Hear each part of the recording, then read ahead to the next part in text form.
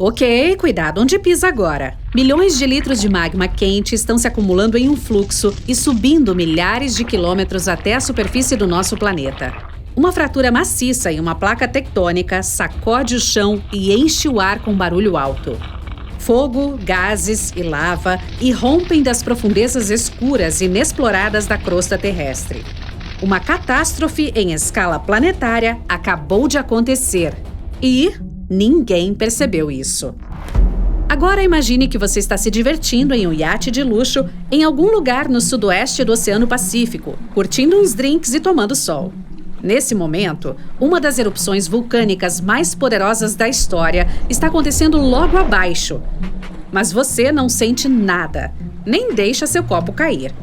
Sim, dá para ouvir um som estranho vindo das profundezas do oceano e ver a água espumando, além de pedaços de pedra-pomes flutuando até a superfície. Mas isso não incomoda muito. Então, como foi possível que não tenhamos percebido uma erupção tão poderosa em 2012? Por que os cientistas a descobriram apenas alguns anos depois? A resposta é simples: água. Uma erupção de um vulcão comum é um enorme desastre. Há metais líquidos incandescentes e rochas fundidas, contendo quase toda a tabela periódica dentro do nosso planeta. Toda essa sopa é chamada de magma e está constantemente fervendo no subsolo. Essa substância quente é mais leve que a crosta circundante, por isso sempre sobe. Felizmente, a superfície terrestre é forte o suficiente e não permite que o magma escape. Mas, às vezes, essa proteção falha. A parte superior da Terra é coberta por partes conectadas, as placas tectônicas, que colidem umas com as outras e depois se afastam. Imagine um grande quebra-cabeça de mosaico em movimento, onde todas as partes são placas tectônicas. E quando uma pequena peça desse quebra-cabeça é separada de outra, o magma surge imediatamente. Esses locais de falha instáveis com vazamento dessa substância são chamados de vulcões. E quando eles entram em erupção, tudo fica quente. A lava flui para fora e queima toda a vegetação ao redor. Isso é acompanhado por terremotos e fumaça preta espessa. Se o magma é cuspido muito alto, ele cai de volta na superfície na forma de chuva de fogo. Mas a pior coisa aqui são as cinzas. Não é daquele tipo que fica na sua grelha depois de um bom churrasco. Cinzas vulcânicas consistem em partículas sólidas prejudiciais a qualquer organismo. Elas não são madeira queimada, mas vários elementos químicos.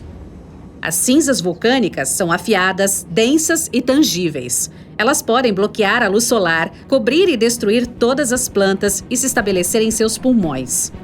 Se você chegar muito perto de um vulcão em erupção, bom, é melhor ter um traje à prova de fogo, tanques de oxigênio, uma máscara de gás e um abrigo subterrâneo. Quem sabe consiga sobreviver, mas não há garantia.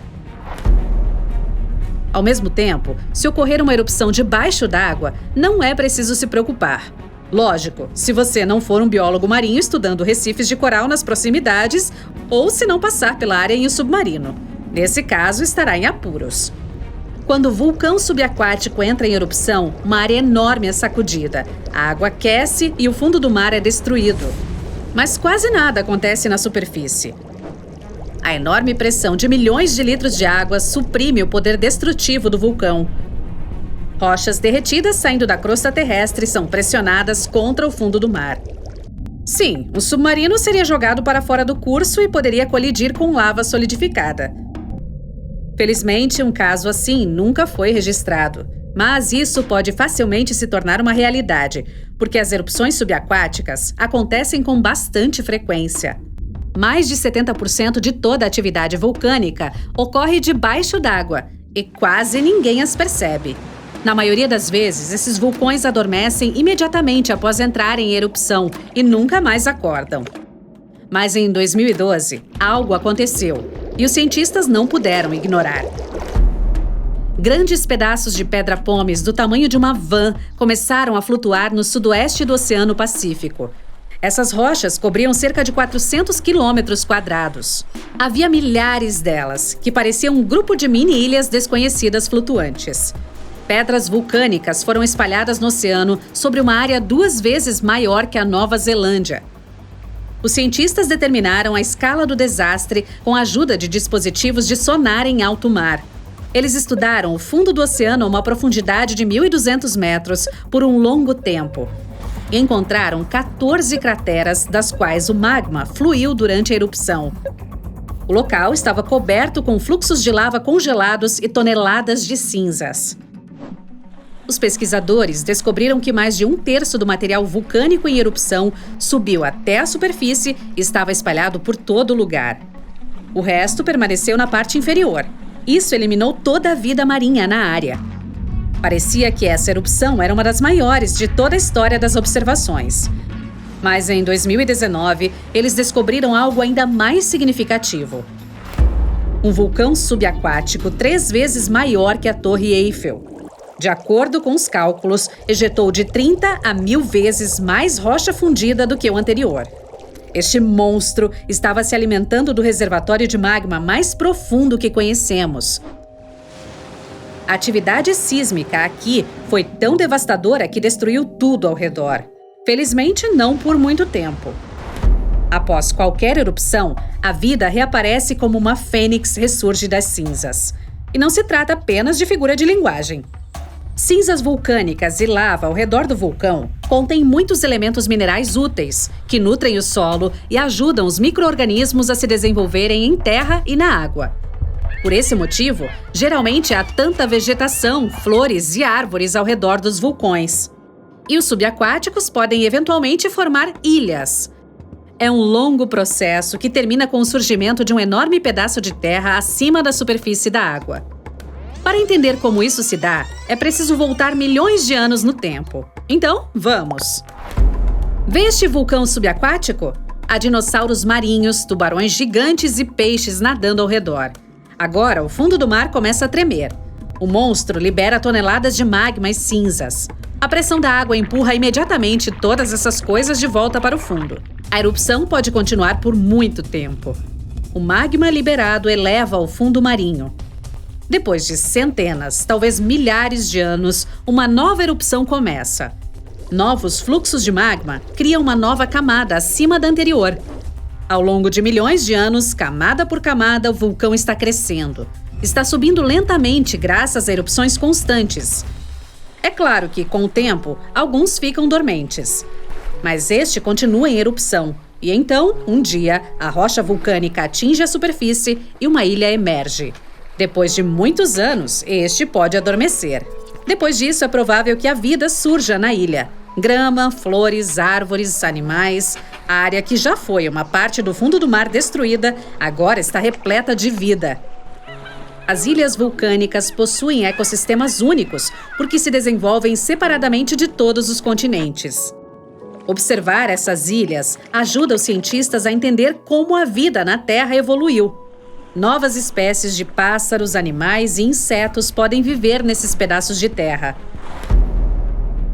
Centenas de ilhas ao redor do mundo surgiram graças a erupções de vulcões subaquáticos. Você pode encontrá-las no Havaí, Indonésia e Islândia. Muitas são habitadas por pessoas que constroem aldeias e cidades. Houve casos em que um vulcão entrou em erupção enquanto os moradores viviam literalmente em cima dele. Foi o que aconteceu na pequena ilha de Aogashima, localizada ao sul de Tóquio, no Japão. Uma bela cidade foi erguida em cima da cratera de um vulcão ativo.